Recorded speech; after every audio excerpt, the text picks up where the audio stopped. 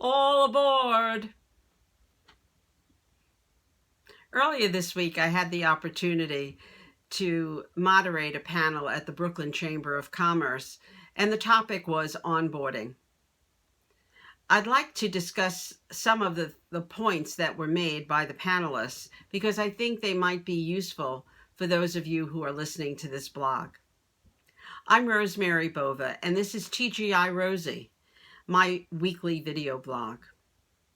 The first point I want to share with you is a seeming shift from emphasizing knowledge and skill of the potential new hire to including mindset, attitude, and what I might say cultural fit in terms of the corporate culture that the person is coming into.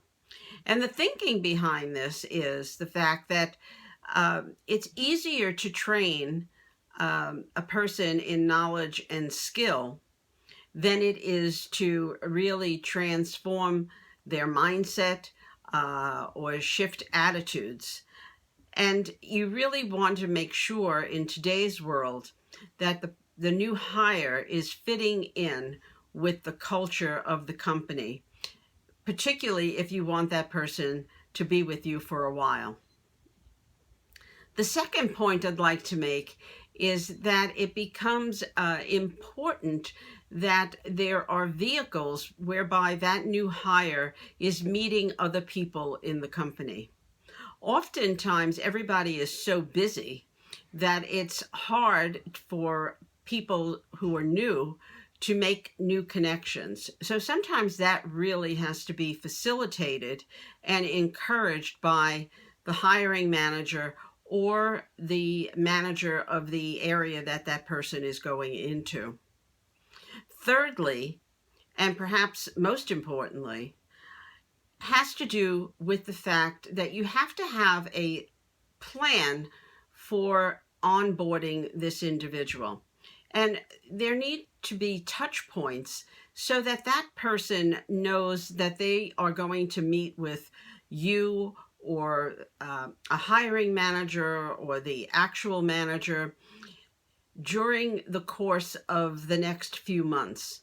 In this way, you are nipping in the bud any uncertainty or discomfort that that person might be feeling in terms of the onboarding process.